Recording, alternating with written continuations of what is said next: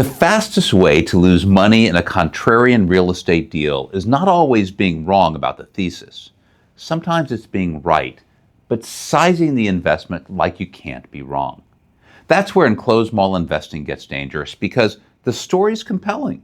Hated asset class, distressed pricing, low basis, limited competition, real upside if the operator knows what they're doing. But none of that answers the question that actually matters to an investor. How much of your portfolio should be exposed to this strategy? That's the difference between chasing a deal and constructing a portfolio. Sophisticated investors do not ask, do I like malls? They ask, what role does this investment play? What risk am I adding? What liquidity am I giving up? And is the operator good enough to justify the allocation? So in this video, we're going to go look at enclosed malls the way serious investors should. Not as a headline, not as a comeback story, not as a quick contrarian bet, but as a tactical allocation inside a broader investment portfolio. Because in this strategy, the upside may start with the asset, but the outcome starts with position size.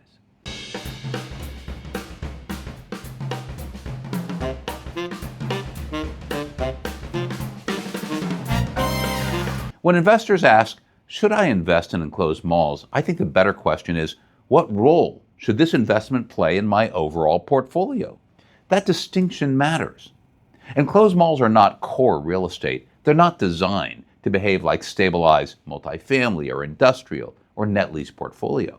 They belong in a more tactical part of the portfolio, the return enhancement bucket. That means the goal is not just stability, the goal is asymmetric upside from a contrarian, operationally intensive investment that other investors are avoiding. But because the strategy is illiquid and execution heavy, it has to be sized with discipline. Tiger 21 members, those are high net worth investors with at least $10 million in investable assets, had an average real estate allocation of 28% in 2024. That was our largest allocation category ahead of public equities, private equity, and fixed income. But within that real estate allocation, retail is usually a much smaller slice, and enclosed malls are a subset of that slice. This is not a conversation about putting half your portfolio into malls.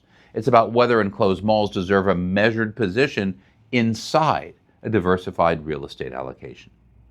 One of the strongest arguments for enclosed malls is correlation.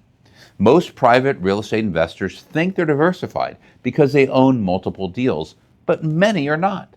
They may own 3 multifamily syndications in 3 different Sunbelt markets with 3 different sponsors. But if all 3 deals rely on rent growth, floating rate debt, and refinancing during the same capital markets window, that's not true diversification.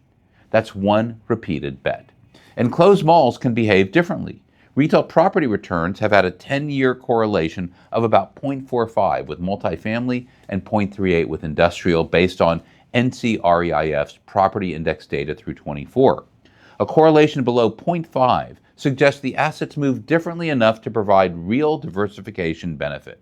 And distressed enclosed malls and tertiary markets may be even less tied to Main Street real estate trends. Why? Because the return profile is driven more by property level execution than by broad cap rate compression. Leasing, repositioning, tenant mix, capital improvements, local market dominance, cost basis. If you acquire a mall at $54 a square foot when replacement cost is $250 a square foot, the math works differently than buying a stabilized apartment deal at a 4.5 cap. That doesn't eliminate risk, but it does create a different type of risk, and different risk can be valuable inside a portfolio. Now, let's be direct.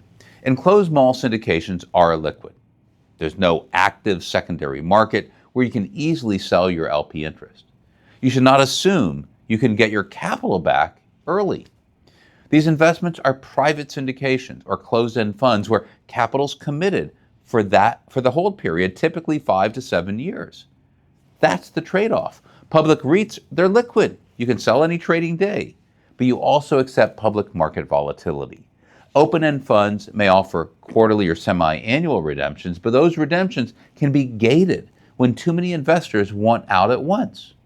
Private syndications are different. You're committing capital for the business plan. You receive distributions if the asset produces distributable cash flow, and the larger return usually comes at refinance or sale. So the underwriting question is not just, do I like the projected return? It's, can I truly leave this capital alone for 7 years? Not 5, 7. Because real estate timelines slip. Lease up takes longer. Capital markets can be unfavorable when the base case exit arrives. Repositioning can require more time than expected. Money you may need for lifestyle, taxes, tuition, business liquidity, or short-term obligations does not belong in a mall syndication. The return premium exists because the capital is locked up. You do not get paid for illiquidity unless you can actually tolerate it. So how much exposure makes sense? Let's use a simple example. An investor with $10 million in total assets and 25% allocation to real estate. That means $2.5 million in real estate. A conservative allocation would be about 5% of that real estate bucket, or $125,000. This is a toe in the water position. It gives exposure to the thesis without creating meaningful concentration risk. It's appropriate for someone who understands the strategy but has not invested in enclosed malls before. A moderate allocation would be 10 to 15% of the real estate bucket, or $250,000 to $375,000. It's enough to matter, but not enough to dominate the portfolio. It may involve 1 or 2 syndication investments, and is more appropriate for investors who've done deeper due diligence and have confidence in the operator. An aggressive allocation is 20% or more. That's $500,000 or more in this example. This is conviction position. This level is not appropriate for most investors, even those who are enthusiastic about the thesis. It only makes sense for investors with significant liquidity elsewhere, deep understanding of the asset class, and the ability to absorb a complete loss without changing their lifestyle or financial plan. And even then, notice the math. A 20% allocation within a 25% real estate bucket is only 5% of the total assets. That's the right framing. Enclosed malls may deserve a meaningful tactical allocation. They should not become the portfolio. Here's the uncomfortable truth. In enclosed malls, operator selection matters more than allocation size. This is not a forgiving asset class. In multifamily, a mediocre operator in a decent market may still produce an acceptable outcome because demand is broad and the asset's easier to manage.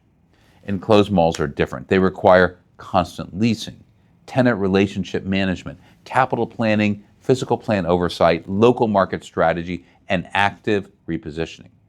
A passive owner who simply buys the asset and waits for rents to come will usually watch the property deteriorate. Return dispersion between good and bad mall operators is unusually wide. Top quartile mall operators have generated unlevered returns of 10 to 14% over the last decade, while bottom quartile operators have produced negative returns. That gap is the asset class. The operator is not just managing the investment, the operator is creating the investment. So your confidence in the operator should directly influence your allocation. If the operator has a real track record acquiring, operating, leasing, repositioning, and exiting enclosed malls, a moderate allocation may be reasonable. If the operator is new to the asset class, has limited mall experience, relying mainly on the discount story, even a small allocation may carry more risk than it appears. In this strategy, buying cheap is not enough. The question is whether the operator can convert a low basis into durable income and a credible exit. An enclosed mall investment should not be treated like a bond substitute. Distributions are not guaranteed. Early years may involve lower cash flow if capital is being reinvested into leasing or repairs, tenant improvements, or repositioning. It also should not be used as a liquidity reserve. This is capital you commit because you're comfortable letting the business plan play out. And it should not be evaluated only on projected IRR. You need to understand the existing real estate exposure, your tax situation, your liquidity needs, your current concentration risks. So the right question is not, is a projected return attractive? The right question is, does this investment improve my portfolio after adjusting for liquidity, concentration, operator risk, and execution risk? That's how serious investors think about allocation. The investors who do well in contrarian strategies are not usually the ones who get the most excited. They're the ones who size the position correctly. They allocate enough to benefit if the thesis plays out, but not so much that a bad outcome creates real financial pain. They understand the liquidity lockup before they wire funds. They know whether the investment is diversifying their portfolio or simply adding another form of concentration. And most importantly, they spend more time underwriting the operator than the spreadsheet. Because in enclosed malls, the property matters, the basis matters, the market matters, but the people running the asset determine the outcome. So should you allocate to enclosed malls? For the right investor with the right liquidity profile, the right portfolio construction, the right operator, yes, they can have a place. But they belong where all contrarian investments belong, sized with discipline, underwritten with skepticism, and held with patience.